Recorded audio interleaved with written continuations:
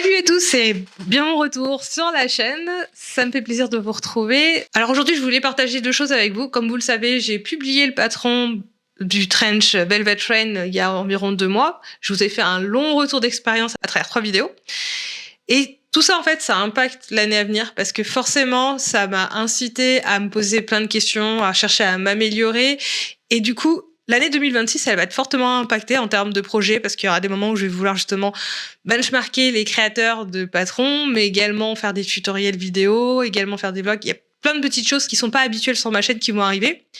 Et c'est important pour moi de vous les partager parce que déjà, ça va peut-être vous donner envie de me suivre pour l'année 2026 et c'est aussi l'opportunité pour vous de me faire vos feedbacks. Ce que je vous propose, c'est de vous installer confortablement et on va démarrer. J'ai fini le trench Velvet Rain et j'ai énormément appris pendant ces derniers mois. Sauf qu'il y a encore pas mal de choses à améliorer. Ça, justement, je dois le faire à travers différentes étapes. Donc déjà, quels sont les points à améliorer? Premièrement, la partie vocabulaire couture. C'est un vrai sujet chez moi. Quand il a fallu écrire les instructions, les mettre à plat sur le papier, et également quand il a fallu définir les bonnes labellisations des pièces, je me suis rendu compte que souvent je me manquais de vocabulaire. Comme j'apprends un peu tout sur le tas, finalement il me manque un peu une base, on va dire théorique, bien structurée et claire. À chaque fois que j'essayais donc d'écrire, que ce soit des instructions ou les labels, j'étais toujours très vague. Je me posais souvent la question, est-ce que c'est un passepoil? Est-ce que c'est un biais? Est-ce que c'est une propreté? Est-ce que c'est une parbenture? Il y a plein de terminologies pour parfois les mêmes pièces et je sais pas dans quel contexte on doit les utiliser l'une plutôt que l'autre. À chaque fois que j'étais confrontée à ce genre de situation, qu'est-ce que je fais? J'allais rechercher l'information soit à travers les ouvrages qui sont derrière moi, dans des vidéos YouTube ou même au sein directement des patrons que je possède à la maison. Mais en fait, ce temps de recherche, c'est du temps gaspillé. Si je possédais déjà tout ce vocabulaire, j'aurais pas besoin de passer du temps à rechercher. Une des premières choses que je veux faire pour l'année à venir, c'est enrichir mon vocabulaire. Donc, en allant lire pleinement tous mes bouquins, parce que c'est vrai que souvent, je les ouvre uniquement au moment où je recherche une information, mais j'ai jamais pris le temps de les lire vraiment. Ça va également passer par le fait que je vais un peu aller chercher des informations à travers d'autres créateurs de patrons. Je vous en parle un peu plus en détail après, je veux pas trop me spoiler. Donc ça, c'est le premier point, améliorer mon vocabulaire. Second point qui découle un peu du premier finalement, c'est toute la technicité en couture. Parce que je commence à bien me défendre sur la partie patronage, mais quand il s'agit donc de définir des techniques de couture pour monter le patron, ça devient un peu plus compliqué. Déjà, première chose, faut savoir que je travaille de façon assez intuitive. La façon dont je définis comment je vais monter un de mes patrons, c'est tout simplement que je fais de la rétro-ingénierie. J'imagine donc mentalement la pièce finie et je vais la démonter dans ma tête. Et comme ça, je vais pouvoir voir dans quel ordre je dois m'y prendre. Sauf que démonter le vêtement dans sa tête, c'est une chose, mais avoir la bonne technique pour le remonter ensuite avec des finitions propres, c'est encore un autre niveau. Ça nécessite de faire plusieurs prototypes pour à chaque fois améliorer. Cette technique, elle s'appuie sur mon expérience passée en couture. Sauf que mon expérience passée en couture, en réalité, l'époque où je cousais vraiment des patrons avec des instructions préfaites, elle date. C'était il y a 10-15 ans, je m'appuyais essentiellement sur des patrons. C'est là où j'ai appris à coudre, en suivant les instructions de mes patrons. Mais depuis, à part quelques burdas, je couds très peu de patrons du commerce. Sauf qu'entre-temps, clairement, les patrons de couture ont évolué et les technicités aussi. C'est-à-dire qu'on a fait en sorte que ce soit beaucoup plus simple pour des couturières débutantes de s'approprier les sujets. Et moi, je passe à côté de tous ces points-là vu que je n'achète pratiquement plus de patrons du commerce. Au-delà des burdas, et burdas n'est clairement pas une référence en technique facile. Donc, deuxième objectif pour 2026, ça va être de tester des patrons d'autres créateurs de patrons, des indépendants de préférence. Je préfère m'appuyer sur des indépendants parce que je trouve que les indépendants ont vraiment fait ce travail justement pour se distinguer des Big Four. Il y a un vrai travail de simplification, d'accompagnement et c'est sur ce point-là que je voudrais m'améliorer. Donc, c'est vraiment ce type de créateur sur lequel je vais m'appuyer. Troisième point, les questions d'ajustement. Pour être plus précis, devons-nous standardiser nos patrons quand on publie un patron? C'est une vraie question. Et je suis pas la seule à me la poser parce que je me rappelle avoir vu un podcast de Aronica qui justement questionnait sur le fait qu'on standardisait également nos patrons pour les mettre à disposition du plus grand nombre, mais qu'on reproduisait finalement les biais qu'on retrouve en fast fashion, à savoir que ça va à personne. Plus c'est standardisé, moins ça convient. Alors à un moment, je me suis dit, est-ce que justement, je devrais pas faire une marque de patron de niche qui soit sur des silhouettes similaires à la mienne? À savoir une silhouette, on va dire, plutôt en... Alors, est-ce que c'est 8 ou poire? Je suis entre les deux. Je n'ai toujours pas vraiment bien perçu la différence. On va dire plutôt poire. Même en partant sur cette réflexion-là, je me suis rendu compte que c'est pas non plus une bonne approche. Même si je pars sur l'idée de faire un patron qui correspond plutôt à ma silhouette et donc pour une niche de personnes qui auraient donc cette silhouette en poire et qui auraient également une posture particulière, hein, les épaules arrondies. Bah oui, je vous le sors dans toutes les vidéos, pourquoi je le ferais pas dans cette vidéo-là? Du coup, on resserre encore un peu plus la niche. Mais même là, ça ne signifiera pas que le patron ira à toutes les personnes qui auraient encore une silhouette en 8 avec des épaules arrondies. Bah non, parce qu'on aura encore potentiellement des distinctions sur les proportions. Si moi j'ai plutôt un torse court là, vous voyez ma taille elle arrive là, c'est assez court. C'est pour ça que souvent je dois enlever entre 2 à 4 centimètres de hauteur. Mais une personne qui aura un torse plus long, là encore on se retrouve à faire des ajustements. Donc en fait c'est chien qui se mord la queue. Donc toute cette réflexion pour revenir au point de base, vaut mieux peut-être standardiser le patron, avoir un patron de base et plutôt accompagner les utilisatrices à faire les ajustements. D'autant plus qu'une fois qu'une utilisatrice a compris quel ajustement elle devait faire pour son patron, parce que ça correspond à sa silhouette, et sa silhouette, elle change pas d'une semaine sur l'autre. Ça restera toujours la même. Ça veut dire que un ajustement qu'elle fait une fois, elle le refera probablement sur les 3/4 des patrons. Donc, je reviens au point d'origine, à savoir, il vaut mieux rester sur le patron standard, qui, comme pour la fast fashion, n'ira pas de base du premier coup. Par contre, on peut accompagner justement en faisant plein de vidéos qui présentent comment faire les ajustements. Et là, je me dis, mais ça se trouve, en fait, je viens de réinventer la roue. J'en suis à peu près certaine que toutes les personnes qui créent des patrons ont eu la même réflexion que moi. Je suis à peu près certaine que tout le monde a dû se dire, et si je proposais plutôt des patrons qui correspondent à ma silhouette pour finalement arriver à la conclusion, non, mais en fait, c'est pas une bonne façon de faire. Je suis curieuse d'avoir vos retours, hein, s'il y a derrière la caméra d'autres personnes qui ont créé des patrons. Est-ce que finalement vous êtes revenus sur le même discours que moi, à savoir, ben non, en fait, il n'y a pas de miracle. On est obligé de passer par le mode standard. Et oui, la couture, c'est pas juste coudre. Il y a aussi, si vous voulez vraiment un vêtement qui vous va parfaitement à votre silhouette, il y aura toujours cette question d'ajustement. Vous pouvez pas y couper. Si vous voulez être pleinement satisfaite d'un vêtement qui vous va bien. Je sais qu'il y a aussi des couturières qui ne sont pas en recherche d'un vêtement qui soit parfaitement ajusté. Et tant mieux. Ok, maintenant qu'on a parlé de vocabulaire, de techniques de couture, également d'ajustement, 4e point, mes livrets d'instruction. Franchement, mon livret, ça a été compliqué. Parce que déjà, j'ai dû m'y reprendre à plusieurs fois, vous l'avez vu à travers les testeuses, elles m'ont aidé à réécrire certaines parties, j'ai dû refaire certaines tournures. J'avais beaucoup de difficultés à mettre en mots et de façon simple, sans faire des détours pour expliquer mon propos. Alors encore heureux qu'il y avait des schémas pour accompagner, mais même là, les schémas, c'était compliqué pour moi. Les illustrations sur Adobe Illustrator, c'était pas mon fort. En tout cas, pour être plus exact, je pensais que c'était pas mon fort. C'est juste que j'ai voulu tout faire tout d'un coup et du coup, très rapidement, c'était trop. J'avais pas en plus encore la bonne méthodologie. Et en fait, j'en suis arrivée à me convaincre que j'étais nulle, juste parce qu'en fait, j'en avais ras-le-bol, je voulais pas aller plus loin. Mais en fait, en reprenant pendant la phase de test à nouveau mes schémas, en essayant de les retravailler, je me suis rendu compte si j'arrivais à reproduire ce que j'avais en tête, mais ça me demandait du temps, fallait de la patience. Donc c'est faisable, mais je pense qu'il y a des façons de faire différentes qui pourraient me faciliter la vie. J'ai vu sur certains vlogs que certaines créatrices de patrons en fait prennent des photos de ce qu'elles veulent présenter et ensuite elles reprennent donc la photo, elles redessinent par-dessus pour faire le schéma et donc avoir une base visuelle. C'était ça en fait la vraie difficulté pour moi.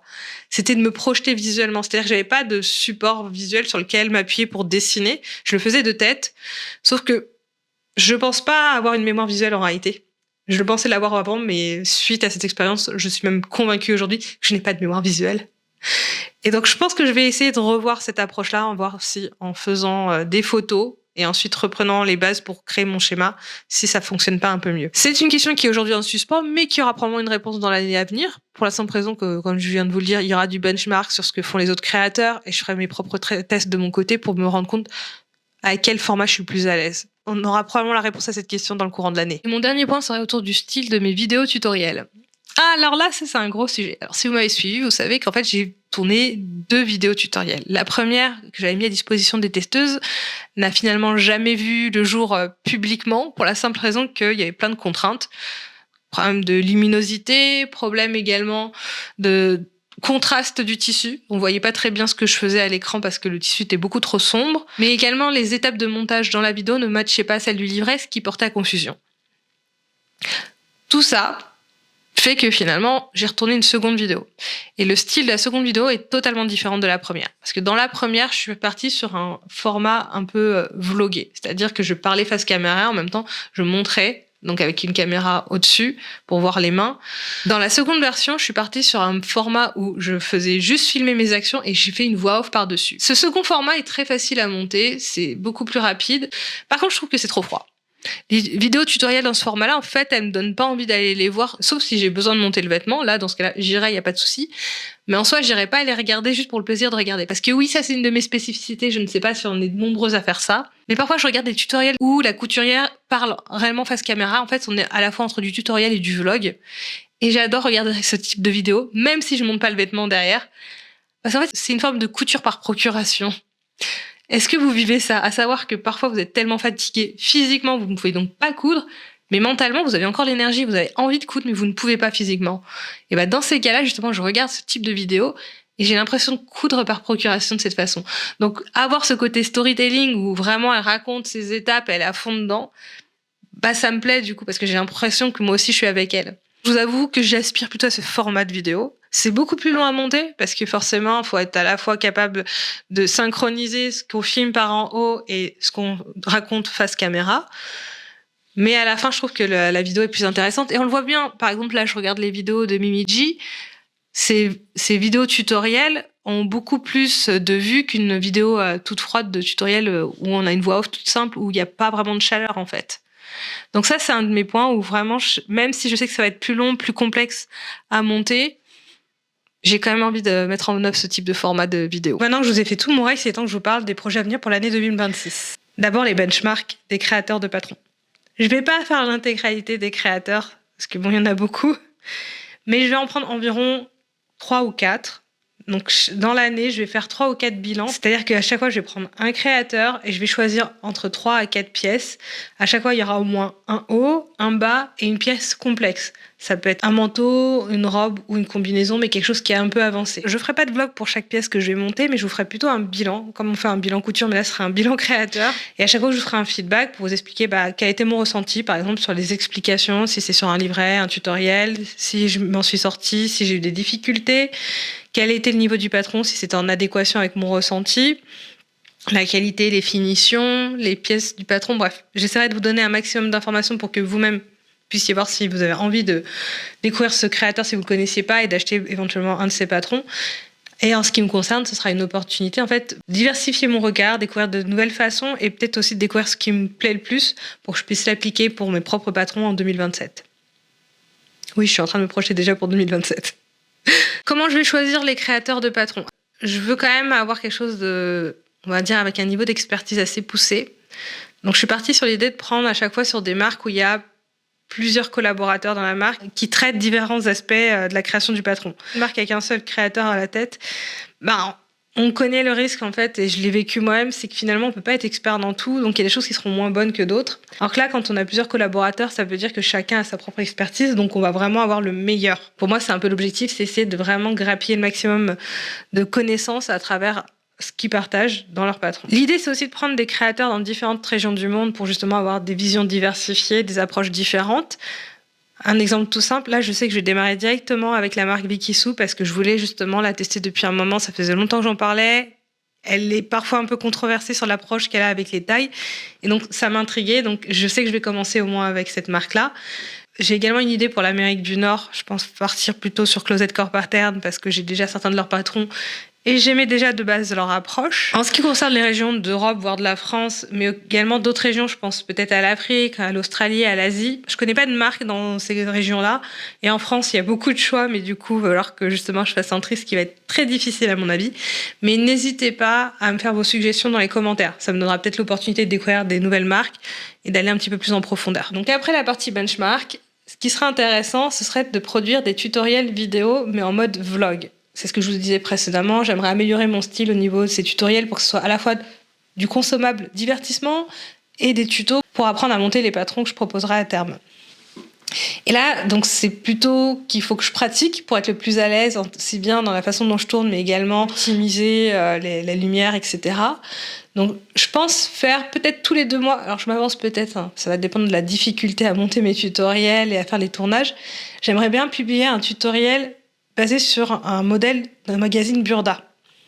Oui, je précise, ce sera forcément un magazine Burda. Je peux pas le faire sur un patron d'une marque indépendante parce que déjà, il y a le risque qu'ils aient déjà leur propre vidéo et que ça leur fasse de l'ombre. Donc ça, c'est hors de question.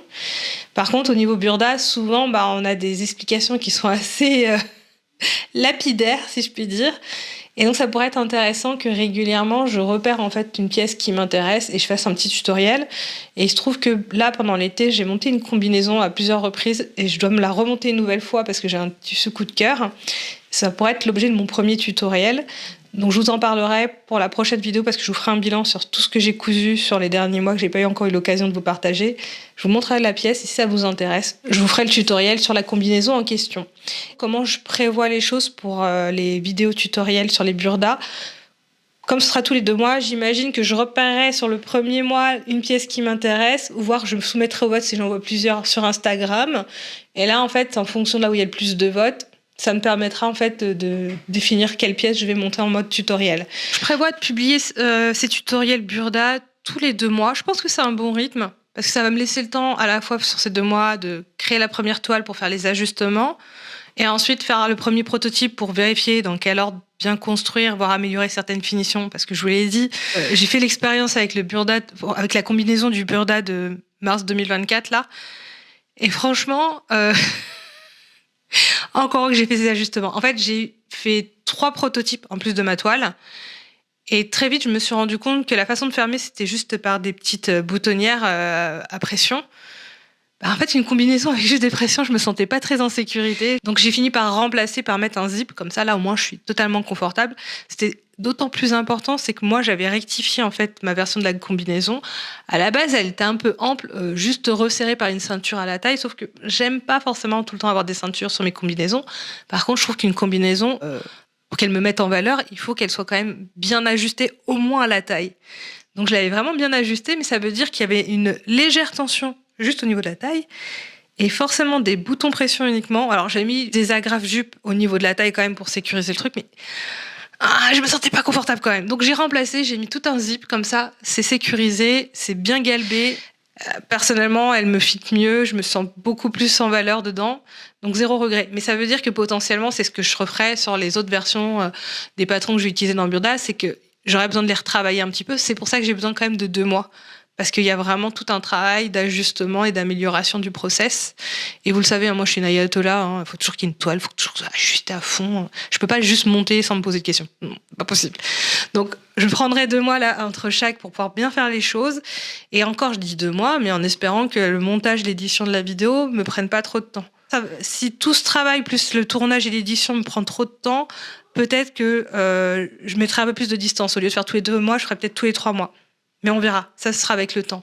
Donc je pense que je ferai assez rapidement le tutoriel de la combinaison parce que c'est encore frais dans ma tête. Et comme en plus j'ai acheté un tissu spécialement pour le faire et j'attends depuis ce moment d'avoir fini tous mes règles pour vous faire la vidéo en question. Donc ce sera prochainement un tutoriel. Voilà, pour la partie tutoriel vidéo. Et donc, justement, en parlant de tutoriel vidéo, ça me fait penser à l'aspect atelier. Parce qu'effectivement, là, cet été, en faisant la vidéo pour le tutoriel du trench, je me suis rendu compte que en termes d'aménagement, mon atelier, il est pas optimal. J'avais déjà retravaillé tout mon atelier l'été précédent, en l'été 2024. Et en fait, en l'utilisant, je me rends compte que j'ai un problème de circulation dans l'atelier. En plus des autres problèmes dont je vous ai déjà parlé, à savoir les problèmes de luminosité, des emplacements de travail avec différents endroits pour pouvoir installer la caméra, mais également le fait que il y a une table à repasser, plus il y a une table où je filme, plus une table où je couds et en même temps où il y a mes chats qui viennent squatter. Plus accéder à tout mon matériel, je me rends compte que en fait ça reste super étriqué. Ce qui va arriver, c'est que tout au long des semaines, des mois qui vont passer au fur et à mesure que je ferai des tutoriels, je vais optimiser à chaque fois, acheter du nouveau matos, changer les emplacements, et je vais filmer à chaque fois ces séquences-là pour à la fin vous faire un vlog. Donc sur cette vidéo, je vous reprendrai sur plusieurs mois tout ce que j'ai fait comme amélioration pour optimiser à la fin mon atelier pour qu'il soit adapté aussi bien pour la couture que pour le tournage. Donc ça, c'est un vlog qui sera probablement au plus tôt l'été 2026. Et au plus tard, à la fin 2026, je pense. Ça va dépendre à quel point je vais avoir besoin de l'optimiser, tout simplement. Et enfin, en termes de format, il restera ce dernier format qui est le bilan saisonnier. Rien de vraiment nouveau, vu que j'en faisais déjà avant, pas aussi régulièrement que je le souhaiterais. Mais là, ce sera vraiment l'occasion de le remettre en avant, ce format-là, parce qu'il aura de l'importance. Première chose, on va avoir un bilan saisonnier, je pense, sous 2 voire 3 semaines. Allez, je me donne 3 semaines, histoire d'avoir le temps de tout faire ça correctement et de me reposer un petit peu entre les deux. Donc, bilan qui va retracer de cet été jusqu'à maintenant, parce que j'ai cousu énormément. Ça peut être étonnant que je vais présenter des choses qui datent de l'été, c'est plus de saison. Vous allez voir, il y a du sens, parce qu'en fait, ce que j'ai commencé à travailler en été, je les ai reproduits en automne, j'ai un peu réadapté pour adapter à la saisonnalité. Donc ça vaut le coup que je vous montre tout pour vous montrer justement l'évolution. D'ailleurs, dans l'eau, il y aura la fameuse combinaison Burda dont je vous parlais précédemment. Pour 2026, il y aura des bilans saisonniers, mais sur mes patrons, je vais créer, parce que j'aurai probablement pas l'occasion de vous faire des vlogs comme j'ai l'habitude, où vous embarquez avec moi, où je vous montre mon processus pour patronner, prototyper, tout ça. J'aurai pas le temps, vu tout ce que je vais devoir faire là, tous les formats que je vous ai parlé, ça va occuper toute mon année. Mais ça veut pas dire que je vais pas du tout patronner de l'année. C'est juste impossible, parce que par nature, pour me détendre, je patronne. Donc quoi qu'il arrive, je vais forcément développer des nouveaux modèles, je vais les prototyper à un moment ou à un autre, mais je pourrais pas les filmer. Donc à défaut, ce que je pourrais faire, c'est vous faire des présentations saison après saison pour vous montrer tout ce que j'ai fait, par exemple sur la saison du printemps, etc. Je ferai peut-être pas de vidéo sur ces patrons. Par contre, je vais essayer d'être beaucoup plus présente sur Instagram. C'est important. Parce que je me suis rendu compte là cet été, quand j'ai voulu publier mon trench coat, donc j'ai fait des posts pour le promouvoir sur Instagram, et l'algorithme ne m'a pas beaucoup porté. J'ai pas atteint une grosse visibilité, et c'est probablement de ma faute, parce que j'utilise très peu Instagram, je me mets pas en avant, alors que c'est peut-être le meilleur moyen pour commencer à attirer l'attention. Parce que YouTube, sa contrainte, c'est que c'est des vidéos longues. En tout cas, moi, je fais des vidéos longues dessus. Donc c'est plus dur de gagner des abonnés, parce qu'il faut capter l'attention et en plus la maintenir pendant 30, 40, 50 minutes. C'est forcément plus difficile pour moi de gagner en visibilité via YouTube, alors que sur Instagram, publier régulièrement des photos de mes projets en cours, montrer les avancées et les produits finis, peut déjà capter un peu plus l'attention, donner envie ensuite de me suivre sur YouTube, et peut-être qu'en 2027, atteindre une audience beaucoup plus importante dès la sortie de mes premiers posts quand je veux promouvoir un patron. Parce que clairement, ça m'a fait défaut. Là, je me suis rendu compte, si je voulais pousser le trench coat, il fallait que je promeux ça comme une tarée, envoyer plein de vidéos, de photos, etc. sur Instagram. Je me rends bien compte que c'est un vrai sujet. D'ailleurs, c'est un des points que j'ai pas précisé tout à l'heure, mais quand je vous parlais des benchmarks des créateurs de patrons, une des analyses portera sur comment ils promeuvent leur création. Lorsqu'ils vont faire le lancement d'un patron, sur quelle plateforme ils sont visibles, est-ce qu'ils font du YouTube, est-ce qu'ils sont sur Pinterest, est-ce qu'ils sont sur Instagram, combien de relances ils font, est-ce qu'ils passent par leurs testeurs, etc. Donc ça, c'est un point important. Je l'ai oublié de le préciser, mais je vais vraiment aussi bosser sur ce sujet-là. Et donc, comme je vous le disais, pendant l'année, quand je vais créer à chaque fois des nouveaux patrons, j'en profiterai pour pousser ça sur Instagram, pour gagner en visibilité et peut-être attirer du monde sur YouTube également, pour qu'en 2027, hop, dès lors que je sors un patron, je puisse toucher une audience beaucoup plus large et avoir peut-être un peu moins de travail derrière ces publications. Et l'autre point, pardon, j'ai oublié un autre point, pourquoi je ferai ces bilans sur mes prototypes et également je les posterai sur Instagram, c'est pouvoir évaluer les patrons qui vous plaisent le plus à travers les likes sur Instagram et vos commentaires dans YouTube. Je partirai pas de zéro pour créer mes patrons et les lancer en 2027. Je prendrai les prototypes que j'aurai créés en 2026. Donc c'est pour ça que ces bilans et ces photos Instagram sont essentiels. Ça me permettra de les prioriser pour savoir qu'est-ce que je dois lancer en 2027 et pas perdre mon temps sur des produits qui finalement ne seront pas intéressants pour vous. Voilà, donc je crois que j'ai fait le tour de tous mes sujets que j'ai en tête pour 2026. Vous savez tout de ce qui va arriver en 2026. On se retrouve dans 2 ou 3 semaines pour le bilan de l'été-automne 2025. Je commence à m'emmêler les pinceaux avec les années à force de les citer. Et j'ai hâte surtout qu'en 2026, je puisse faire tous ces benchmarks, etc. Parce que comme je vous l'ai dit, j'ai déjà en fait toute ma flopée de patrons Wikisou. J'ai qu'une seule envie, c'est de pouvoir les monter pour justement expérimenter tous ces nouveaux formats. Et sur ce, je vais arrêter de déblatérer et je vais vous faire des bisous et je vous dis à dans 3 semaines pour mon bilan.